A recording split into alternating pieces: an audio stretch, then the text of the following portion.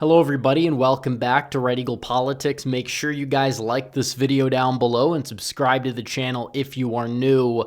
So in yesterday's video, we did our updated 2026 Senate map. Tomorrow's video, we're going to be doing the 2026 House map. But in today's video, we're going to be doing the 2026 and technically 2025 governor's map, filling out the governorships, seeing which way they're going to go in this upcoming midterm. We understand these are more localized, but they still have a lot of impact in terms of how states go, in terms of the culture of certain states, in terms of the election laws of certain states, which do impact the results at the federal level. So we're going to be filling this out, starting with the safe states and going down to the likely, the lean, the tilt, the more competitive states.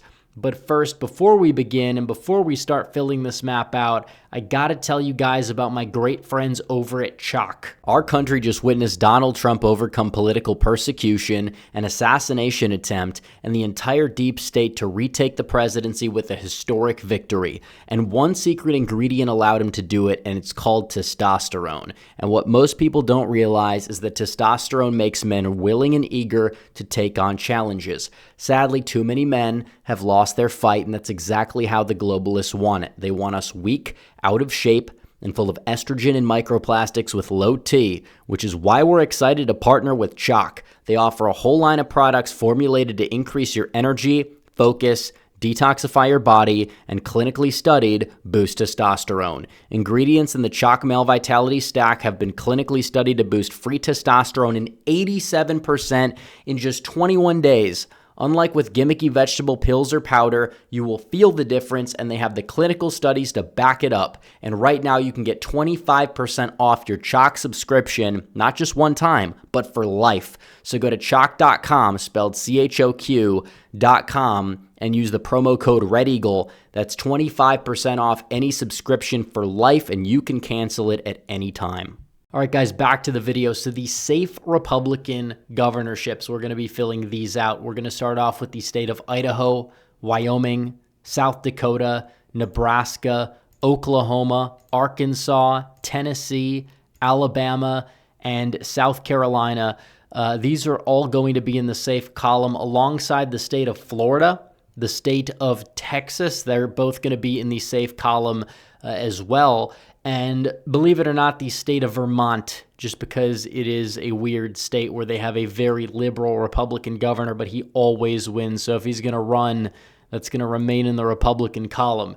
Now, on the Democrat side, in the safe column for them, we'll have Hawaii, we'll have California, but margins are very important. If that's only D+12, there could be some detrimental effects down ballot, and that new map could turn into Dummy-Mander Central. The state of Colorado will probably be in the safe Democrat column. The state of Massachusetts will be in the safe blue column. Maryland will be in the safe blue column unless Larry Hogan runs, but I still think Westmore would win just because of the fact that he's the incumbent governor. But I think Maryland is going to go in the safe blue column. New Jersey, Connecticut, Rhode Island. We'll get to those later, but I think of those three, Connecticut probably would end up being the one to go in the safe column. As of right now is where things stand. So Republicans have 20 governorships. Democrats have 10 governorships. We're going to be filling out the remaining 20 here. We're going to start off with the likely Republican states. Nevada. You have a state that is moving to the right. It voted for Donald Trump by 3 to 4 points in the 2024 election. And you have a Republican governor, Joe Lombardo, who is very popular and is very likely to go out there and win re-election. Keep in mind, incumbent governors don't really lose unless they are facing a very, very strong challenger, and usually both of them. I think that B is the most important one. The incumbent is uniquely unpopular. And of the current incumbents, it does seem as if there's really only one vulnerable incumbent in the nation as things stand right now that's super vulnerable to the point where I probably would pick them to lose. We'll get to them later. Iowa's another state. Now, it is true that the Democrat auditor is running for governor, but the Republicans are probably going to run somebody who is going to be capable of defeating Rob Sands soundly in the state of Iowa. I don't think there's really going to be any concerns there. It's just like when you had the state auditor in the state of Missouri run for governor against an incumbent who was not elected on his own, and the incumbent ended up beating her by like 17 points. Similar thing here. I don't think it's going to be that lopsided, but I do think it's going to be over a 5-point Republican win. Then we go to the state of Ohio, and Vivek Ramaswamy is somebody that is a little bit of a polarizing figure even in these circles. He's, said some controversial stuff about, American culture and things like that. But in terms of Ohio, enough of the MAGA base does like him, especially like the real world voters, to the point where I think he'll easily win the primary, and whatever sad sack on the Democrat side they trot out there, he'll defeat soundly, no problem. So we have the state of New Hampshire, where you have an incumbent governor that's a Republican, but more of like a New England Republican in Kelly Ayotte. I think she's going to win. She's decently approved of in the state of New Hampshire. And in the state of Kansas, Laura Kelly is retiring. Republicans should have no problem winning that back, even if the margin's a bit closer, because it is an open seat, and because Republicans statewide still recovering a little bit from the unpopularity of the Brownback administration. So you have that also. I think that might be it for the likely Republican states, but we have some likely Democrat states. Oregon is safe blue at the presidential level, but we understand they don't tend to like their governors as much. So if Republicans put up some moderate Republican, they'll get it within 10 but still lose. That's par for the course. Illinois, similar thing, because Democrats, they're not really all that popular at the state level in Illinois, but Republicans really haven't managed to find a way to capitalize on that. So I do think that it will be in the Democrat column, but maybe by under 10 points. You have Virginia, which is coming up this year, and we'll get to New Jersey later. But Virginia is a state where Winsome Sears, she's starting to run a better campaign, but it seems like it might be too little too late against somebody like a Spanberger. And Rhode Island, it does seem as if you have a very unpopular Democrat incumbent, but Republicans don't really have anyone to really counter, and it's still Rhode Island.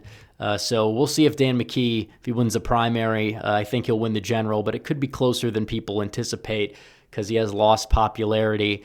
And we also have the state of Maine. Does seem as if we don't really know who's going to go for it, but it's a likely blue state anyways. We'll fill it in likely blue. Could be a safe margin. Who knows? Could be closer.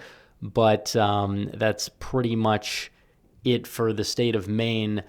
New Mexico is another state I think you could put in the likely Democrat column, possibly lean if Republicans can find a strong candidate that can run a strong campaign. But, you have a Democrat governor, not super popular, but outgoing. It's an open seat.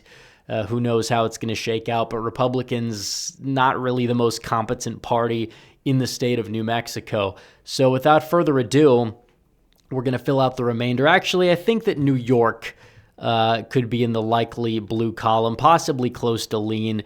You do have Kathy Hochul. She's not very popular, but she's kind of doing all she can to try to astroturf her campaign. And Republicans, I don't know if the energy level is going to be where it's needed to be to pull off an upset, but we'll have to wait and see what happens in New York over the next year or so. But we'll start off with the more competitive races. The state of New Jersey. This is one that's going to be very interesting because Jack Ciattarelli, he was so close last time, and now it's an open seat. And I don't think a Democrat has ever won 3 consecutive terms in the New Jersey governorship level. But, polarization is kicking in, and it seems like his campaign might be getting off the ground a little bit too late. But you never know. We'll see. It's a possible upset, but as of right now, I think lean Democrat is a fair designation. So we will be going on to the state of Pennsylvania, and Stacey Garrity is a very popular treasurer. She won by a lot in 2024. She won by 5 points more than Trump won by, and Trump won the state by a decent margin. So it is true that she's a good recruit for Republicans. However, Josh Shapiro is relatively popular. Does seem like Garrity's going to run a strong campaign, could help out down ballot and possibly delegitimize Shapiro as a strong 2028 candidate in the Democrat primary. But I still think that Shapiro will win by close to 5 points. I wouldn't be shocked if it was like a likely margin, but I think that Garrity still is a strong candidate and has a future in the state of Pennsylvania in terms of electoral politics. So we'll go down to Georgia, where Republicans, Donald Trump, he had a rebound in the state. He won the state by 2.2%. And in midterm years, Georgia does tend to have an electorate that's a little bit more Republican.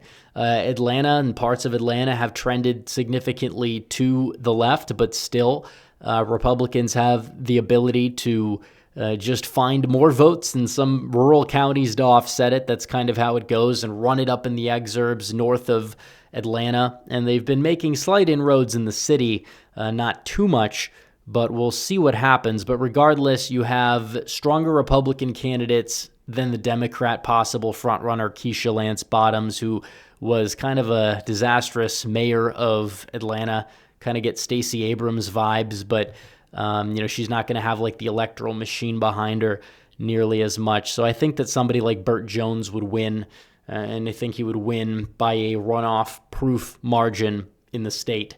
So the state of Michigan, and this is one that really depends on the third party, because I think Democrats will put up Jocelyn Benson, Republicans will put up John James, who's a good candidate. And Benson, I think, is not as strong as Whitmer, maybe replacement level for like Whitmer 2018, but James is far better than Schuette or Dixon ever were.